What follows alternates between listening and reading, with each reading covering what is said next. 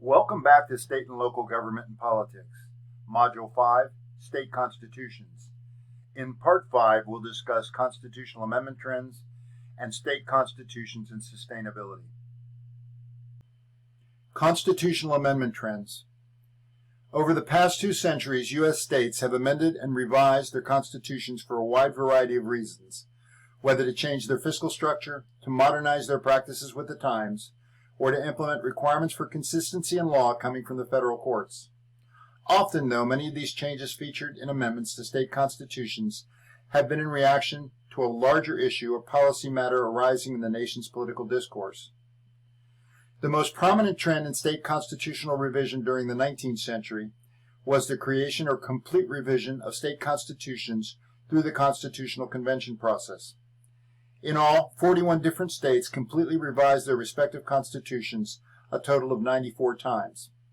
As a whole, the American states' respective constitutional agendas tended to reflect the political movements of the time, including Jacksonian democracy prior to the Civil War and the Progressive Era towards the end of the 19th century.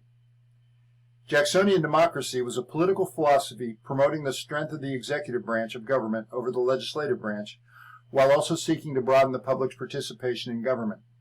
And the Progressive Era was a period during the late 19th and early 20th century that sought to mediate changes brought on by the Industrial Revolution through economic, political, social, and moral reform.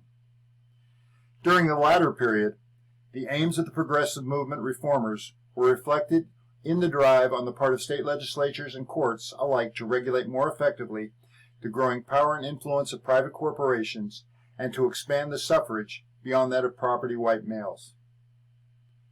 State constitutions and sustainability. What role do state constitutions play in state and community sustainability? Are state constitutions barriers to necessary societal adaptation or active channels for adaptive change in the promotion of sustainability and institutional resilience? Some critical observers of state government argue that state constitutions are deeply flawed and that they have become rigid, time-bound documents of piecemeal changes with no appropriate plan for societal adaptation. One could argue the state constitutional amendment processes themselves neither promote nor bar progress towards community sustainability or resilience, but that history teaches that the political will of the states at any time has been incorporated effectively into state constitutions through the amendment process. So, it is worthwhile to ask at this point, which of the 3 major methods of constitutional change is better suited to promote sustainability? While the Constitutional Convention would be the most efficient method allowing a thorough revision of the Constitution, the potential of such a tool being used in this age of partisan politics and highly organized special interest is quite remote. The legislative amendment method has potential in some states. However, the supermajority of both legislative houses' requirements may pose a difficult barrier in many states.